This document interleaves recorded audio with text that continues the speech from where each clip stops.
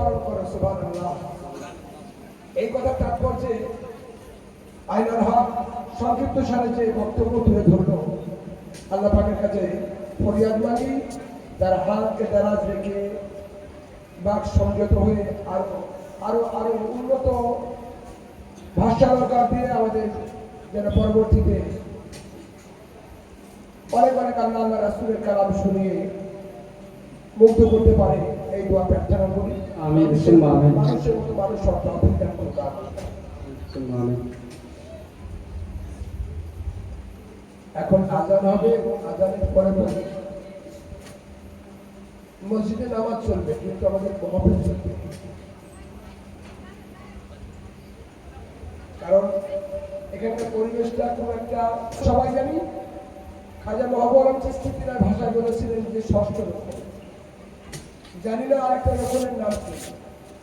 আমাদের মধ্যে হয়তো কনফিউজড একটা বিষয় এসে খারাপ হয়ে থাকে যে আল্লাহর ওলি হলো তিনি তো ষষ্ঠ রকমের কথা কেন বলছেন। আমাদের মধ্যে কলেমা, নামাজ, রোজা, হজ, যাকাত সবই যদি থাকে, এই পঞ্চ রকম যদি বর্তমান থাকে, একটা রকমের বিনিময়ে সবটাই বরবাদ হয়ে যেতে পারে। সেটার নাম কি জানা আছে?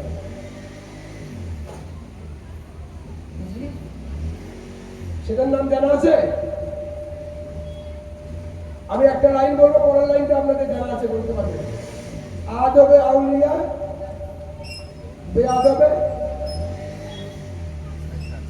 আদবে আউলিয়া বেআদবে, বেআদবে শয়তান, বেআদবে খাই তরিকতে নাই। আদব শিখতে মুরিদদের শুধু 12 বছর যায়। ভক্তিতেই ভগবান, অভক্তি অপমান। আজ ভক্তিতেই আমাদের সকলের মুক্তি মিলবে। নামাজি করি, রোজাই করি, হজই করি, যাকাত দিই, যে কোনো কর্ম করি না কেন, প্রত্যেকটা কর্মের মধ্যে শুধু শরীর থাকলে হবে না, আমাকে মনটাও নিবিষ্ট করতে হবে। আমি মানুষটা শরীরকে যাই নামাতে খারাপ হয়ে আসে, কিয়াম রুকু সেজদা সবই করছি, সবাই দেখতে পাচ্ছে।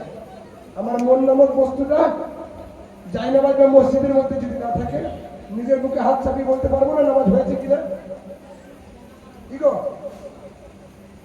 তাই আমাদের সর্বপ্রথম দরকার হচ্ছে আদব, শৃঙ্খলা। ইসলামের সমস্ত রকমের উপরে একটা রকম আছে, তার নাম হলো আদব বা শৃঙ্খলা। সেই শৃঙ্খলা যদি আমাদের না থাকে, আজ প্যান্ডেলটা করা হয়েছে কার জন্য? গরু, ছাগল, কুকুর, বিড়াল বা অন্য কোনো জীবজন্তুর জন্য করেছি বলুন? এই যে এতগুলো টাকা খরচ করে শুধু আমাদের জন্য, সুন্দর পরিবেশ তৈরি করার জন্য, আমাদের মন থেকে সেই পরিবেশটাই আমাদের শয়তান করতে দিচ্ছে না। আল্লাহ পাক আমাদের সকলকে হেফাজত করুন। আমিন। এখন আজান হবে, যারা গলা ভালো একজন